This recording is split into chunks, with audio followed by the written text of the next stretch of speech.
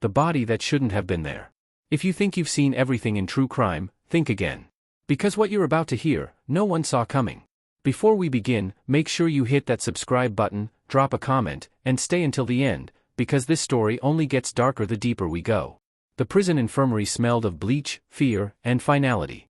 At 3:12 a.m., guards at Greywater Maximum Security discovered the lifeless body of inmate Daniel Reeves, a man serving a double life sentence for armed robbery and the murder of a federal witness. The coroner declared him dead of cardiac arrest. The paperwork was rushed through before sunrise, and by dawn, Daniel's body was zipped into a black bag and transferred to the county morgue. But here's the thing, 3 days later, Daniel Reeves walked into a gas station 2 states away, alive. Security footage from a small-town station in Arkansas showed a man buying cigarettes and a bus ticket. His posture, his scar, even the way he scratched his wrist, every detail matched Reeves. The clerk only realized who he'd served after seeing the man's face on the news. But by then, Reeves was gone. Detective Eleanor Grant, a quiet but relentless investigator with a record of closing impossible cases, was called in. She reviewed the morgue records, everything appeared legitimate. Death certificate signed. Body cremated. Ashes sent to a non-existent address. Someone had planned this. Eleanor drove out to Greywater Prison. The guards avoided eye contact. One of them, a nervous rookie, finally broke. "Ma'am," he whispered, "the body didn't look right." "What do you mean?" she pressed. "The tattoos were off. Faded wrong. And his teeth, they didn't match the photo." The morgue technician had since vanished, leaving behind a cleaned-out locker and a rental receipt for a refrigerated truck.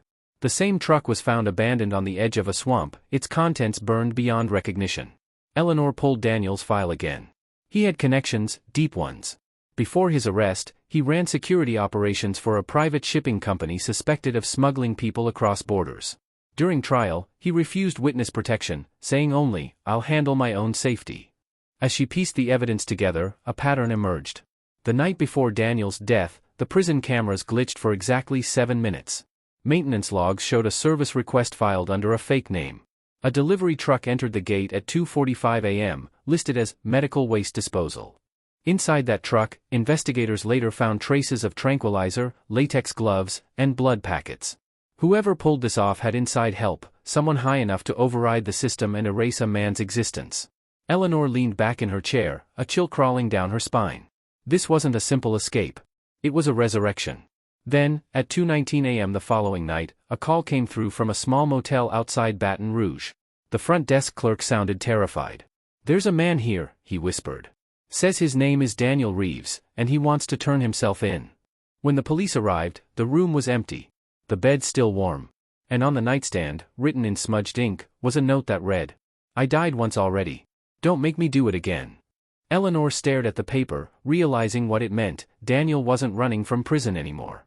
He was running from whoever helped him escape. Because now, they wanted him dead for real.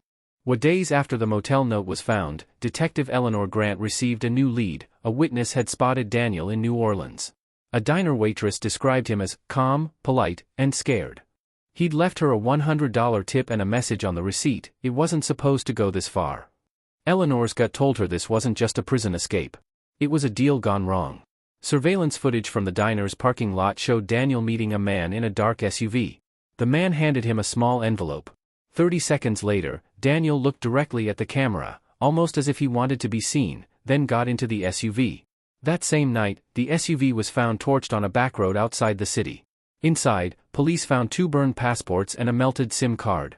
No bodies. When Eleanor ran the vehicle's VIN, it came back registered to a logistics company once owned by Reeves's former employer, Ravenholm Transport, a front for high-level trafficking and money laundering. She knew then, this wasn't a simple escape. Daniel had faked his death to disappear from Ravenholm. But someone in the organization had found him first. She followed the paper trail, fake medical reports, falsified death records, and payments routed through offshore accounts to one name, Dr. Calvin Rowe, the prison's chief medical examiner. He'd signed Daniel's death certificate. Rowe was nowhere to be found. His home was abandoned, computer wiped, family gone. On his kitchen counter, investigators found a single flash drive hidden inside a cereal box. It contained surveillance photos, dozens of them, showing Daniel before his escape, speaking with someone through the bars during nighttime hours. Eleanor enlarged the grainy images and froze. The visitor was wearing a correctional officer's uniform, but the face belonged to Deputy Warden Scott Hale, one of the most decorated officers at Greywater Prison. When she confronted Hale in his office, he didn't deny it. He leaned back in his chair, hands folded, eyes flat. "Detective," he said calmly, "some people don't deserve to rot in cells. They have information, leverage." Eleanor's voice was sharp. "You helped him fake his death." Hale smiled faintly. "I helped him stay alive." Before she could respond, her phone buzzed, a text message from an unknown number. It read, "He's not who you think he is. Check the fingerprints." Eleanor rushed back to her lab tech, ordering a rescan of Daniel Reeves's original prints from the prison intake file. The computer whirred, searching the federal database.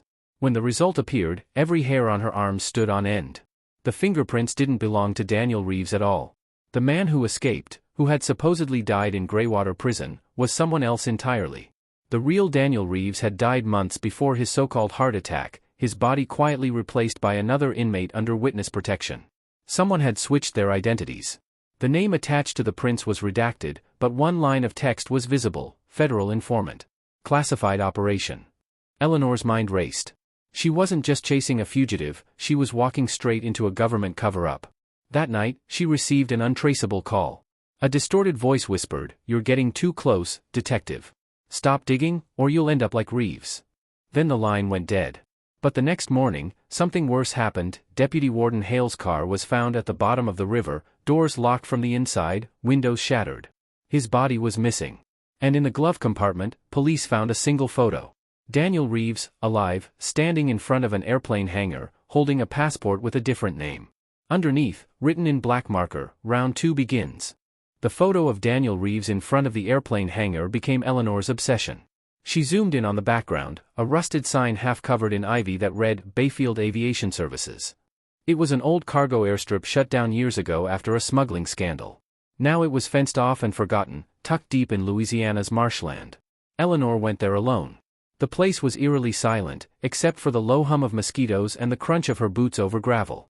Inside one of the hangars, dust coated everything, but the air smelled faintly of jet fuel, fresh. Someone had been there recently. She spotted tire tracks leading to a locked storage room. Using her badge knife, she pried the latch open. Inside were 2 folding chairs, a duffel bag, and a half-burned notebook. On the first readable page, written in shaky penmanship, was a single line: "If you're reading this, they didn't keep their promise." The next pages listed coordinates, transaction codes, and initials tied to government agencies. One word appeared again and again: cipher. Before she could process what she was looking at, headlights cut through the cracks in the hangar door. Eleanor killed her flashlight and ducked behind a crate. 2 men stepped out of a black SUV, both in plain clothes, armed. "You're sure it was left here?" one asked. The other replied, "Yeah. But she's close. Grant's been asking questions." Her stomach dropped. They weren't talking about Daniel, they were talking about her. Eleanor crept along the shadows, slipping out the back just as one man entered the hangar. The notebook was gone when she returned later, replaced with a warning spray painted across the wall: "Stop digging." She didn't. The next morning, she met with a retired U.S. Marshal, Thomas Brandt, who had worked the original Ravenholm case. When Eleanor showed him Daniel's photo, Brandt went pale. "That's not Reeves," he said quietly. "That's Michael Lane." "Who's Michael Lane?" Brandt hesitated. "An undercover operative. Deep cover inside Ravenholm. We buried his file years ago after the mission failed. He was supposed to be dead." Eleanor's pulse quickened. "You're saying the man who escaped prison wasn't a criminal, he was one of yours?" Brandt nodded. "Someone replaced his identity to protect him. But if he resurfaced, it means Ravenholm found him, and they're cleaning house." Later that night, a call came from an unlisted number. Eleanor answered, her voice low. "Detective Grant," the man said. "It was Daniel, or Michael. You need to stop following me." "I'm not your enemy," she said. "I'm trying to understand what's happening." "You can't. They used me to get close to people, bad people. Then they decided I was expendable." His tone cracked with exhaustion. "I fake my death to disappear. But they always find you. They never let you stay dead." "Who are they?" she pressed. But before he could answer, a sharp sound cut through the line: gunfire. The call went dead. Moments later, Eleanor traced the signal to a warehouse in Baton Rouge. When officers arrived, the place was in flames.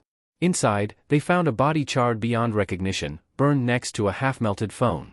DNA confirmed the impossible: the body was Daniel Reeves. But Eleanor knew better. Because the same night, airport security in Miami captured a man boarding a private jet under the alias Michael Lane. He looked straight into the camera and smiled. The final frame before takeoff showed him raising a piece of paper toward the lens. It read, "You can't bury a ghost." Detective Eleanor Grant sat in her car outside the Federal Records Building, the night rain streaking across her windshield like tears on glass. Inside her glove compartment lay a classified dossier she'd stolen from retired Marshal Thomas Brandt, stamped in red, Project Cypher, Level 7 clearance. The file detailed a covert program launched years ago, the government's attempt to infiltrate global criminal networks by embedding agents under deep cover as convicted felons. The recruits were ghosts, erased from existence, given new names, and sent into the underworld. Michael Lane, posing as Daniel Reeves, was one of them. But something went wrong. As Eleanor flipped through the documents, she found a memo dated 8 months before Daniel's death. It was signed by a name she recognized instantly, Deputy Warden Scott Hale. His signature authorized a containment termination, targeting Michael Lane for compromise and exposure risk. Hale hadn't been helping Daniel escape. He'd been ordered to erase him. Her phone buzzed, a message from an encrypted number, Pier 19. Midnight. Come alone. Attached was a photo of Daniel, alive again, looking straight into the lens, standing on the rain-soaked docks. Eleanor didn't hesitate. When she arrived, the pier was deserted except for the sound of waves slapping against metal hulls. A single cargo ship loomed in the darkness, its deck lights dimmed. Then, out of the fog, Daniel emerged, drenched, eyes hollow, wearing a blood-stained shirt. "You weren't supposed to find me," he said quietly. "I didn't find you," Eleanor replied. "You called me." He gave a small, humorless smile. "Maybe I wanted someone to know the truth before it disappears again." Eleanor took a cautious step forward. "Project Cypher, what was it really?" Daniel looked past her, toward the black water. "We were meant to infiltrate Ravenholm, expose the corruption. But the operation got too close to people in power. They couldn't shut it down, so they shut us down instead. And now? They're finishing what they started. I wasn't the only one they buried." Before Eleanor could speak, a rifle crack split the air. Daniel jerked backward, a red bloom spreading across his chest. Eleanor dove behind a crate, returning fire at the shadows moving near the docks. The gunfire stopped as suddenly as it began. When she reached Daniel, he was barely breathing. "They'll erase this too," he gasped. "Make it look like I never existed." "Who?" she demanded, gripping his hand. He forced out a faint whisper, one word, before his eyes went glassy. "Ravenholm." Moments later, black SUVs with tinted windows rolled onto the pier. Men in suits approached, badges flashing federal insignia she didn't recognize. One of them spoke calmly, "Detective Grant, this is a restricted site. You need to leave." She stared at them, trembling. "You're cleaning up your mess." "Careful," the man said, his tone cold. "You're in over your clearance." By morning, every trace of the shooting was gone, no blood, no bullet casings, no Daniel. The official report claimed there had been no incident, no pursuit, no Project Cypher. Even the files Eleanor had stolen were erased from her system. Weeks later, she received an unmarked envelope at her apartment. Inside was a single photograph, a crowded marketplace in Lisbon, Portugal.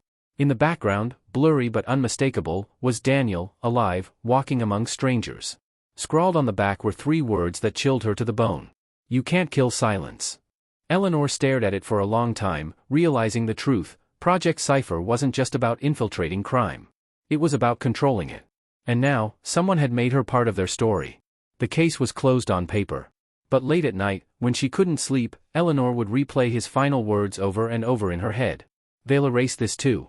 And each time she did, she'd whisper back into the dark. "Not if I tell it first."